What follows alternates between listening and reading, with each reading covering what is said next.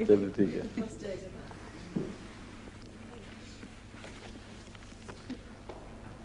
क्यों, ये वक्त का है भी या खत्म हो चुका है?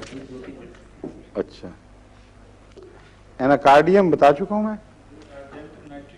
हाँ, जो शुरू किया हुआ था तो शुरू करना है। इसकी मोटी मोटी बातें यह है कि मीठे की बेशुमार ख्वाहिश में अर्जेंटम अच्छी चीज है, और रोजमर्रा बच्चों में इस्तेमाल के लिए इसका चुटकुला यह है कि अगर खाना खाते ही हाजत हो, चंद मिनट के बाद ही, बाद बच्चे हैं जो उधर खाना खाया उधर दौड़े, उनके लिए अर्जेंटम नाइट्रिकम बहुत अच्छी चीज है।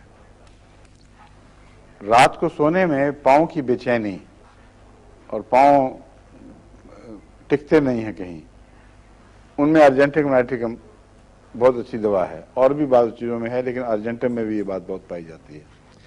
दिल की तकलीफों में भी अर्जेंटम मुफीद है। ये मोटी मोटी बातें मैं आपको बता रहा हूं, बाकी इंशाल्लाह फिर तफसील से जब कल बात होगी उस वक्त करेंगे, क्योंकि ये कहते हैं वक्त हो गया है।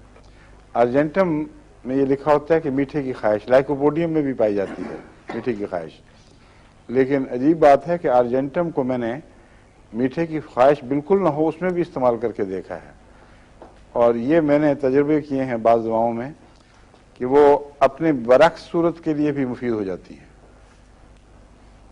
असल में बेसिकली अर्जेंटम में ये बात पाई जाती है कि मीठा खाने की ख्वाहिश पैदा करती है, और चूंकि ये नुमाया है इसमें, इसलिए होम्योपैथिक में इसके बरक्स नतीजा पैदा करेगी।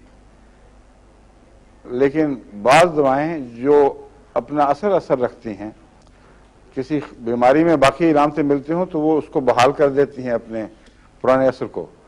होम्योपैथिक असर करने की बजाय वो उस मिटी हुई ख्वाहिश को जो इसकी वजह से मिट जाती है